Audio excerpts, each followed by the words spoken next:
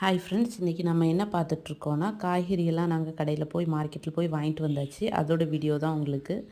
புடலங்காய், கத்திரிக்காய், beans, carrot, அப்புறம் கொஞ்சம் மல்லி இலை, அப்புறம் ஒரு சௌச்சௌ, அப்புறம் இந்த வெங்காயம் எல்லாமே 3 கிலோ தான்.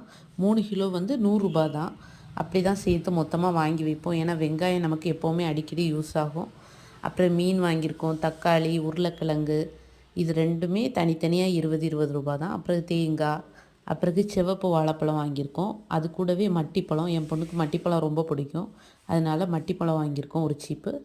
அதுக்கு பிறகு பார்த்திங்கன்னா நாங்கள் கிரேப்ஸ் வாங்கியிருக்கோம், கருப்பு கிரேப்ஸ். அது வந்து 2 கிலோ ரூ. 60 சொல்லி வச்சுட்ருந்தாங்க. அதுவும் நல்லதுன்னு சொல்லி அதுவும் வாங்கியிருக்கோம். ஏன்னா இந்த டைமில் தான் கிரேப்ஸ் நிறைய கிடைக்கும். அதனால் கிடச்சின்னா வாங்கி நல்லா ஜூஸ் போட்டு குடிங்க.